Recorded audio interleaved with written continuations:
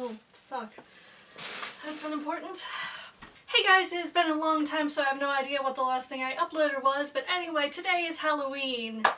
And by today I mean tonight. It's like 9 p.m. I just got home from work. Anyways, I wanted to save a very special thing for Halloween, and so of course I'm doing it last minute. Now, my maternal grandfather died last October, and if you haven't seen, I have been kind of wanting to catalog a lot of his stories that he used to tell, because he was a storyteller. It's the only things that he remembered once the Alzheimer's started to get really, really bad, and it was always the same, exact same way of telling it, exact same details. Occasionally a new detail would come in there. So in case I ever start to go a little loony, I want to have these all out there for people to be able to see. Anyway, this one is a lovely Halloween themed type of thing.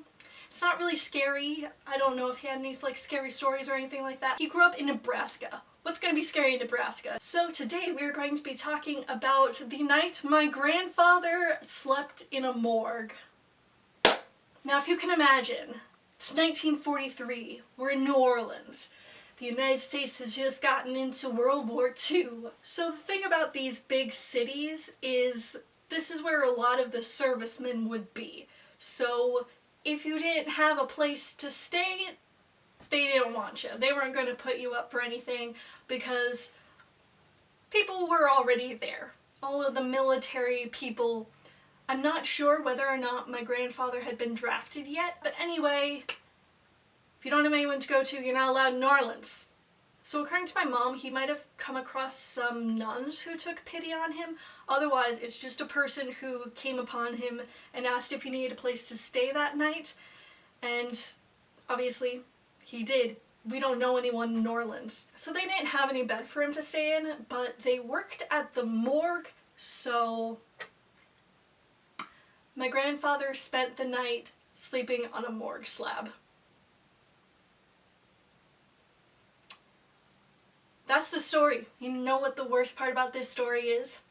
It took him 73 years to tell us.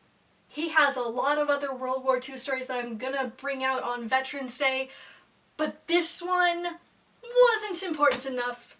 That was the last new one in he got before he died, so there's that. Anyway, if he were here today, I think he would say that don't sleep on a morgue slab because they're like very bad for your spine. Anyway, that's the story of my grandpa slept in a morgue. That's all I've got for you guys today, and I will see you guys next time. So it is Halloween. I just got back from work, so excuse me while I eat some candy.